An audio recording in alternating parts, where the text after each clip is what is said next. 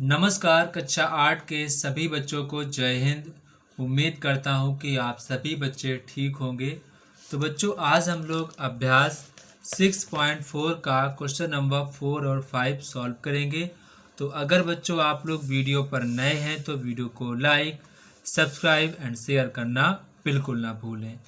तो बच्चों, यहाँ पर क्वेश्चन नंबर 4 को सॉल्व करने से पहले यहाँ पर आप कुछ फार्मूला को याद रखेंगे। जैसे कि अगर हम under root M multiply under root N करेंगे तो ये आपका हमेशा कैसे हो जाता है, अंडर रूट ये आपका एम एन हो जाता है। ये आपको याद रखना है। नेक्स्ट आपको याद रखना, जैसे कि अगर आपका अंडर रूट एम अपॉन में अंडर रूट एन हो तो ये बच्चों आपका बन जाता है, पूरे में अंडर लग जाएगा, एम अपॉन एन हो जाएगा। नेक्स्ट आप याद रखेंगे, जैसे कि अगर आपका अंडर रूट एम स्क्वायर हो तो ये आपका केवल एम बचता है और आपका प्लस माइनस का। ठीक है, तो आपको 3 फार्मूले आपको ये याद रखने हैं। ठीक है, तो बच्चों यहाँ पर आपका क्वेश्चन नंबर 4 है। कह रहे कि under root 288 multiply under root 72। फिर आपसे कह रहे कि अंडर रूट 243 मल्टीप्लाई 147। इनके आपको दोनों के मान ज्ञात करने हैं। क्या ज्ञात करने हैं? यहाँ पर आपको दोनों के मान ज्ञात करने हैं। तो जो काफ़ी आसान है। तो बच्चों सबसे पहले आपको ये पता होना चाहिए कि आप अगर इसको ऐसे लिखें 2 मल्टीप्लाई 144 तो भी तो आपका इतना ही लिखा है। अगर बच्चों इसको ऐसे लिख दें, अगर इसको हम ऐसे लिख दें 2 मल्टीप्लाई में 36 तो बताओ कोई दिक्कत? 36 दूना 72 और 144 दूना 288। तो अभी तो हमारा उतना ही तो लिखा है। आप कहेंगे सर बिल्कुल सही बात है। तो बच्चों ये आपको पता है कि आपका ये किसका वर्गमूल है, ये आपको पता होना चाहिए 12 का वर्गमूल है। और ये किसका वर्गमूल है? 6 का वर्गमूल है। ठीक है, तो ये आपको पता होना चाहिए। तो ये 12 बाहर निकल आएंगे, तो जैसे 12 बाहर आ जाएंगे अंदर आपके केवल अंडर रूट 2 बचेंगे। इसी प्रकार आपके 36 जब बाहर आएंगे तो 6 बन जाएंगे, क्योंकि 6 का वर्ग होता है 36, तो बाहर निकल आएंगे, अंदर आपके 2 बचेंगे। अब बच्चों इनका जब गुणा करेंगे तो ये तो आपस में गुणा हो जाएंगे, 12 गुणे में 6 हो जाएंगे और अंडर रूट गुणे में अंडर रूट आपके हो जाएंगे।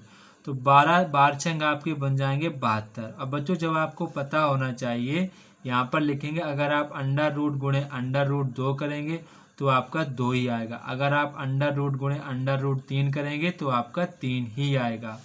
तो इसी प्रकार अगर आप अंडर रूट 2 गुणे अंडर रूट 2 करेंगे तो आपका केवल और केवल 2 आएगा।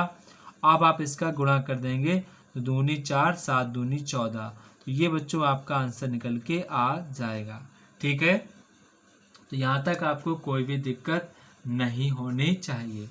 अब बच्चों नेक्स्ट क्वेश्चन आपका ये है। अगर बच्चों यहाँ पर आप इस क्वेश्चन को देखेंगे, अगर हम इस क्वेश्चन को ऐसे लिख दें 3 और इसको मैं लिख दूं मल्टीप्लाई 81, तो बच्चों बताओ 81 3 जा कितना होता है? 243। और बच्चों अगर मैं इस चीज़ को ऐसे लिख दूं 3 मल्टीप्लाई में 49 तो भी तो आपको उतना हो जाएगा। अगर इनका गुणा करेंगे इतना ही आएगा, तो मैंने इनको गुणा करके ऐसे लिख दिया। अब यहाँ पर आप देख रहे हैं इसका वर्गमूल 9 होता है और इसका वर्गमूल 7 होता है। तो जैसे बाहर आएगा तो 9 बन जाएगा और अंडर रूट 3 आपका अकेले रह जाएगा। इस प्रकार आप यहाँ देखेंगे 49 जो आपका है ये बाहर जब आएगा 7 बन जाएगा और अंडर रूट 3 आपका अकेले रह जाएगा।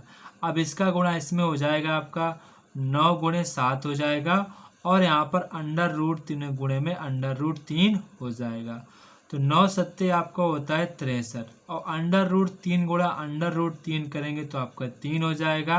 अब इनका सिंपली गुणा करो, 3 3 का 9 और 3 छंग 18। ये बच्चों आपका आंसर निकल के आ जाएगा। तो यहाँ तक आपको कोई भी दिक्कत नहीं होनी चाहिए। ठीक है, अब बच्चों आपका क्वेश्चन नंबर है 5। क्वेश्चन नंबर 5 कह रहे कि एक वर्गाकार पार का क्षेत्रफल इतना है, तो कह रहे कि उसका परिमाप क्या होगा, ये आपसे पूछ रहे हैं। तो बच्चों सबसे पहले आप एक वर्गाकार पार को बना ही लो, क्योंकि पार्क की बात की गई है। तो ये आपका वर्गाकार पार्क है। तो बच्चों ये आपका वर्गाकार पार्क है। बच्चों मैंने इसकी भुजा ए मान ली। कितनी मान ली? ए मैंने मान ली। ठीक है, ए मैंने यहाँ पर मान लिया। तो बच्चों यहाँ पर आप लिखेंगे माना कि, क्या लिखेंगे? माना कि माना कि वर्गाकार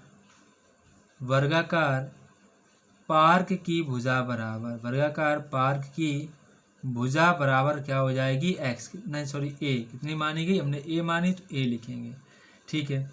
अच्छा बच्चों, आपको पता होना चाहिए, ये आपको यहाँ पर पता होना चाहिए कि वर्ग का क्षेत्रफल का फार्मूला क्या होता है, भुजा स्क्वायर, तो पता ही होगा, सभी को पता होगा।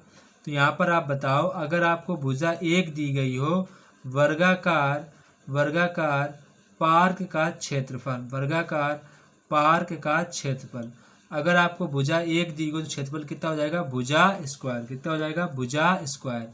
अब यहाँ पर आप लिखेंगे प्रश्नानुसार, क्या लिखेंगे, प्रश्नानुसार।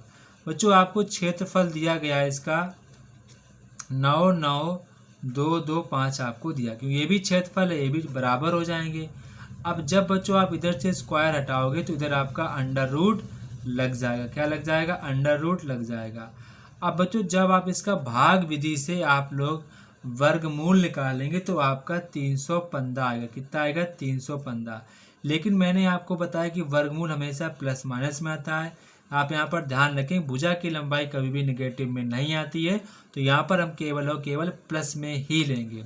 पीछे यहाँ पर आपका लिखा है मीटर, तो यहाँ पर आप मीटर आप लोग लिख देंगे।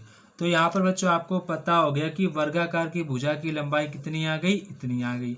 लेकिन आपसे पूछा गया परिमाप क्या होगा, तो बच्चों आपको पता है कि वर्गाकार